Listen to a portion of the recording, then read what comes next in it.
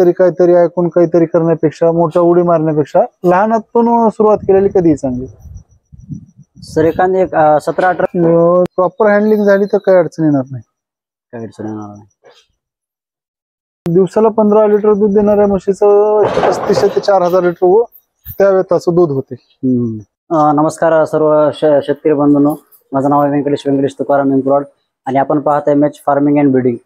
तर हरियाणातील म्हशी ह्या आपल्याकडे कशा प्रकारे टिकतात आणि कशा प्रकारे जास्त दूध देतात या हेतू परस्पर आपण आणि काहीतरी नवीन चांगल्यारीत्या काम होत आहे आणि त्या बाबतीत आपण हा व्हिडिओ पाहणार आहात. तर चॅनलला सबस्क्राईब करा आणि व्हिडिओ जर आवडला तर लाईक करा आणि शेअर करायला विसरू नका. तर आपण सरांना भेटूयात आजच्या, ज्यांनी हरियाणातील म्हशी आणल्यात, फक्त नुसत्या आणल्याच नाहीत तर त्या इथं एकदम व्यवस्थितरित्या टिकवल्यात आणि त्याचं व्यवस्थितरित्या दूधही घेत आहेत. तर ते कसे मॅनेजमेंट करतात काय नाही ते आपण पाहू. तर या व्हिडिओमध्ये आपण फक्त जनावरांची देखभाल किंवा जे काही मॅनेजमेंट आहे त्याबद्दल बघू आणि जे कन्स्ट्रक्शन साठी आहे ते आपण. सर नमस्कार. सर प्रथम आपण आपला परिचय द्या. सर माझं नाव ज्ञानेश्वर दिगंबर गुणाले, राहणार बेलूर, तालुका अहमदपूर, जिल्हा लातूर. सर हा फार्म आपला फार्मची लोकेशन अहमदपूर पासून एक 5-7 किलोमीटरवर बेलूर म्हणून गाव आहे, तिथं जवळ. रूट कसा आहे ते सर? अहमदपूर बेलूर रस्ता आहे, मेन रस्ता. सर आपल्याकडे एकूण किती जनावर आहेत सर? एकूण लहान मोठे बघायला गेले तर 70-75 जनावर आहेत. 70-75 जनावर आहे. सर पूर्णतः हरियाणाचे आहेत का काही लोकलचे आहेत सर?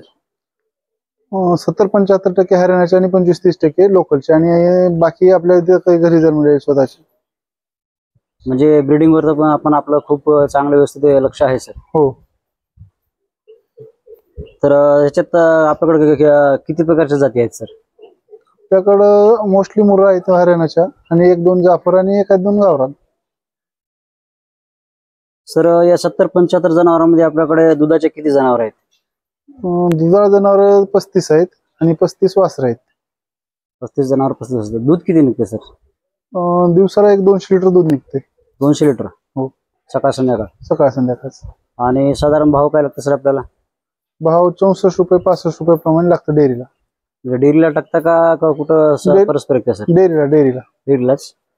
मग साधारण रोजचं किती होते सर? साधारण 1 लाख ते 1,30,000 पर्यंत दूध होते महिन्याला. 10 दिवसाचं. 10 दिवसाचं? हो. 1.25 लाखाचं दूध जवळपास. हो. 10 दिवसाला दर म्हणजे महिन्याचं 4 लाखाच्या आसपास होते. 4 लाखाच्या आसपास. 75 जनावरांपासून, 70 जनावरांपासून, 35 दुधाच्या म्हशीपासून. 35. सर आपण दुधावरचा खर्च कसा कॅल्क्युलेट करता सर? दुधावरचा खर्च म्हणायला गेला तर पशुखाद्य आणि व्यवस्थापन खर्च एवढा दुधातून काढला जातो आणि बाकी जे आहे ते शेण विक्रीतून आणि इतर काही वासराच्या विक्रीतून काढला जातो. सर ह्याच्यात जनावरांची आपण वर्गवारी कशी केली ते दाखवाल का सर प्लीज? ह्याच्यात वर्गवारी म्हणलं तर वासराला एक वेगळं कंपार्टमेंट आहे. हे पाठीमागले तुमचे कोणते जनावर आहे सर? हे पाठीमागचे ते यायला झालेले जनावर आहेत, म्हणजे ज्याची प्रेग्नन्सी जवळ आहेत ते. आणि हे इकडे सर? हे प्रेग्नेंट आहेत पण त्यांची प्रेग्नन्सी थोडी कमी आहे, म्हणजे अर्ली स्टेज प्रेग्नन्सी म्हटलं जाईल त्याला. म्हणजे थोडक्यात दूध कमी होत आलेले? नाही, म्हणजे नवीन प्रेग्नेंट झालेली आपल्या ह्याच्यातले. 3 महिन्यापर्यंतचे का? हो, 3 महिन्यापर्यंत. तसं का सर? पण फीड व्यवस्थित देण्यासाठी. फीड गाभणला वेगळं, वयाच्या अगोदर वेगळं आणि सुरुवातीला वेगळं आणि दुधावर असतानाच वेगळं, हे फीड देण्यासाठी वेगवेगळे कंपार्टमेंट. म्हणजे आपण सर प्रत्येक प्रेग्नन्सीनुसार, प्रत्येक वयानुसार आणि त्यांच्या स्टेजनुसार जनावरांच्या स्टेजनुसार फीड दिले जातात. एवढ्या बारकाईनुसार लक्ष देण्याचा काय फायदा तर होणारच ना. भरपूर फायदा आहे. एक पशुखाद्य प्रॉपर दिलं जाईल किंवा जास्त किंवा कमी जाणार नाही आणि ज्याला जे पाहिजे ते मिळेल. आणि जेवढं पाहिजे मिळणार नाही, नुकसान आपलं होणार नाही. हो. अतिरिक्त पशुखाद्याचा खर्च टाळला जाईल याच्यामुळे. सर हे इकडे काय सर? हे वासराचं कंपार्टमेंट आहे, लहान वासर आहेत, घरच्याच गोठ्यात तयार झालेली. वयवारी याचे? हे 2 वर्षाच्या, म्हणजे 1.5 ते 2 वर्षाच्या जवळपासचे, 1 वर्षाच्या जवळपासचे इकडचे. म्हणजे दूध तुटलेले का सर? दूध तुटलेले पण 1 वर्षाच्या जवळपासचे. आणि सर यांना हे दावण ह्याच्यासाठी स्पेशल केलेली आहे का सर? हो, ह्याच्यासाठी स्पेशल दावण केलेली आहे. कारण त्यांना हाईट मुळे काही त्रास होणे. हो हो, त्यांचं वासराचं उंची आणि वय लक्षात घेता त्यांना चारा खाण्यासाठी जे कम्फर्टेबल वाटेल त्या पद्धतीने तयार केलेली दावण आहे. आणि सर वासरांसाठी ते आपण म्हणजे खाण्यामध्ये चाऱ्या व्यतिरिक्त काय देता सर? चारा व्यतिरिक्त म्हणजे काही फीड देता का, सप्लिमेंट देता? म्हणजे फीडच जाते, पण अगदी नगण्य. दिवसाला 1 अर्धा किलो ते 1 किलोच्या दरम्यान त्याच्या वजनानुसार प्रत्येक जनावराचा, प्रत्येक म्हणजे वयानुसार फरक येतो. हो हो हो, कारण आपण वर्गवारी वयानुसार केलेली आहे. हो. आणि सर एक आपण तिकडे जे बच्चांसाठी आहे कंपार्टमेंट, हे बच्चांसाठीच आहे का स्पेशल सर? हे स्पेशल दुधावरची लहान वासरं, एक दूध ज्याचं चालू आहे त्यांच्यासाठीच 6 महिने ते 1 वर्षापर्यंत येत असते. आणि काळी कपिला गाय सुद्धा आहे त्याच्यात. हो, एक कपिला गाय पूजेसाठी ठेवली आहे. 4 वाजता उठल्याच्या नंतर शेण जमा करून घेणं, वैरण देणं, वैरण दिल्यानंतर एक 10-15-20 मिनिटांनं वैरण अर्धी खाल्ल्याच्या नंतर पशुखाद्य खात आल्याच्या नंतर दूध काढणं आणि त्याच्यानंतर पुन्हा धुणं शेण काढून. आणि सर दूध काढण्यासाठी हाताने काढता का मशीन? माणसानेच. हो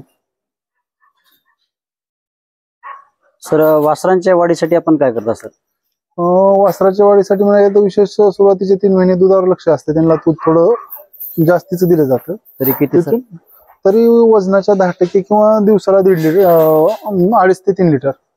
सर आपण म्हणजे बाटलीने पाजवता का? नाही, डायरेक्ट म्हशी असल्यामुळे आपण सोडून देतो. हो हो. त्याच्यात आपण मेल का फिमेल का असं म्हणून काय वेगवेगळं सोडता का दोघांना? नाही, दोन्हीला समान. सुरुवातीचे 3 महिने सुरुवातीला दोन्हीला समान. आणि सर डिवॉर्मिंगचं ह्यांचं कसं असतं? लहान वासराला दर महिन्याला, त्याच्यापेक्षा मोठ्या वासराला 3 महिन्याला आणि म्हशीला 6 महिन्याला. आणि सर वगारीसाठी जे दूध तुटल्याच्या नंतर त्यांना काय स्पेशल खुराक असते का? स्पेशल काही नाही, त्याच्यातलाच पण कमी प्रमाणात.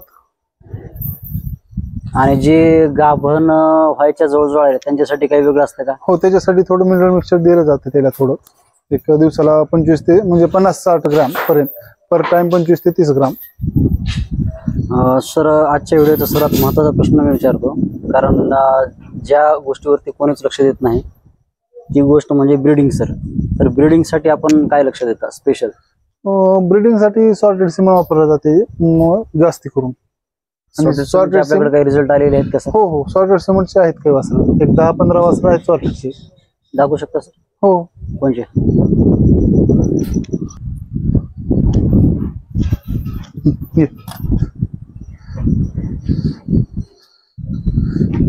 ते कशाचे आहे सर? हे सॉर्टेडचेच आहे, एक 2.5 महिन्याचं वासरू आहे. मादी. अजून दुसरं म्हणायला गेले तर हे एक त्याच्या बरोबरच सर. पळल बाहेर, थांबा सर.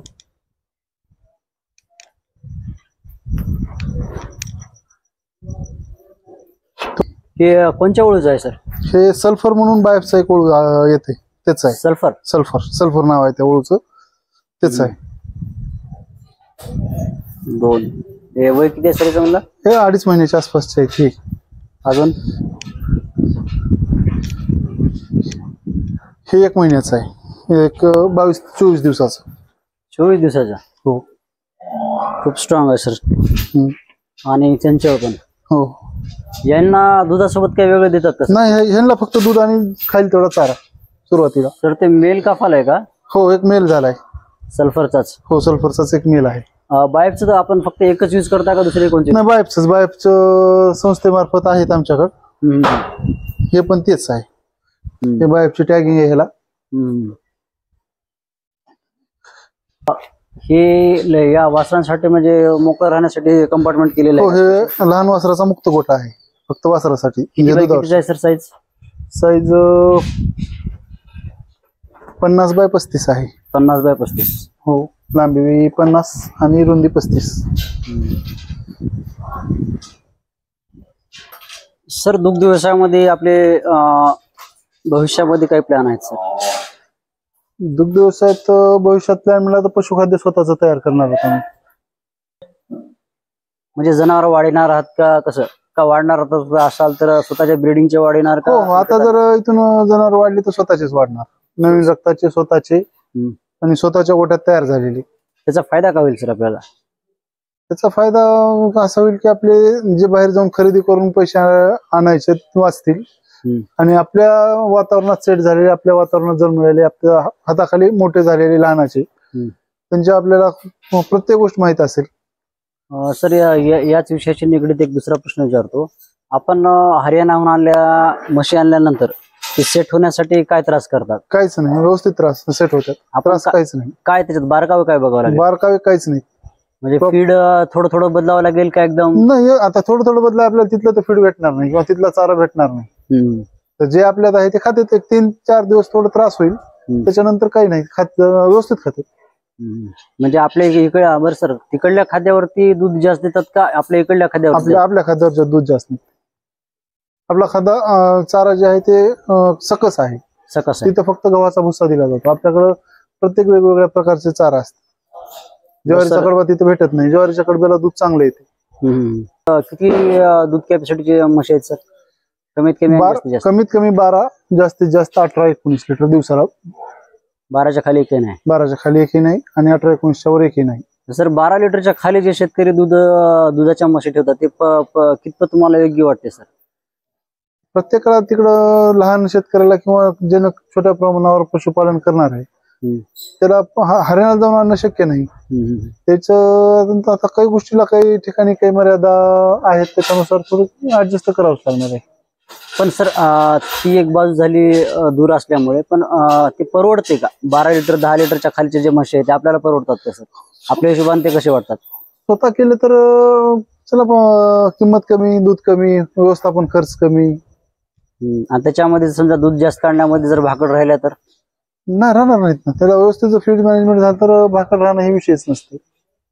भाकड न राहण्यासाठी सर आपण काय सजेशन द्याल? भाकड न राहण्यासाठी दुधाच्या प्रमाणात पशुखाद्य आणि शरीर पोषणासाठी वेगळं पशुखाद्य, या दोन्हीचं मेळ लावूनच पशुखाद्य दिलं पाहिजे. वैरण दिली पाहिजे सकस. पशुखाद्य किती दिलं पाहिजे सर? 2 लिटर दुधासाठी 1 किलो आणि शरीर पोषणासाठी 1.5 किलो दिवसाला. हो. म्हणजे जर समजा 4 लिटर देत असेल तर 4 आणि 4 8 लिटर जर दिवसाचं दूध देत असेल तर 4 किलो पशुखाद्य ते 5.5 किलो द्यायला पाहिजे. हो. सरस 5.5 किलो पशुखाद्य द्यायला पाहिजे. शेतकऱ्यांसाठी सर आपलं काय सजेशन राहील शेवटचं? जे बी आपला अनुभव आलेला आहे त्यातून आपण काय सांगाल त्यांना? सुरुवात करायची असेल तर लहानातून केलेली सगळी कधीही चांगली. अनुभव घेत त्याच्यानंतर पुढे जे काही करता येईल ते, कुणाचं तरी काहीतरी ऐकून काहीतरी करण्यापेक्षा, मोठ्या उडी मारण्यापेक्षा लहानातून सुरुवात केलेली कधीही चांगली. सर एखादी 17-18 लिटरची म्हैस जर आपण घेतली तर साधारण 15-16 लिटरची पकडा, तर 15-16 लिटरच्या एका म्हशी मागे साधारण आपल्याला किती फायदा पडू शकतो सर? दिवसाला 15 लिटर दूध देणाऱ्या म्हशीचं 3500 ते 4000 लिटर त्या वेताचं दूध होते. तर त्याच्यात आता गणित लावू शकता तुम्ही की पशुखाद्य आणि बाकी साधारण 1 लाख रुपये पडतील सर माझ्या वर्षाला. 1.5 लाखापर्यंत दूध होते. 1.5 लाखापर्यंत. खर्च फीड आता सध्याच्याला 30 रुपये किलोच्या रेटने जाते. तर 4500 लिटर किंवा 4000 लिटर साठी 2000 किलो होते आणि शरीर पोषणासाठी 700-800 किलो, तर 3500 किलो पशुखाद्यात होऊन जाते. सर शेतकऱ्यांनी ब्रीडिंग वरती लक्ष देण्याबद्दल आपण काय सजेस्ट कराल सर? ब्रीडिंग वर लक्ष द्यायचं नंतर आता नवीन सॉर्टेड सिमन वापरणं गरजेचं आहे. सॉर्टेड सिमनचं सर काही कन्सेप्शन रेट थोडेसे कमी आहे, त्याबद्दल आपलं काय मत आहे सर? प्रॉपर हँडलिंग झाली तर काही अडचण येणार नाही. धन्यवाद सर. आपण आपला वेळातले वेळ काढून ही माहिती दिल्याबद्दल मी आपला धन्यवाद करतो. धन्यवाद सर. धन्यवाद. थँक्यू.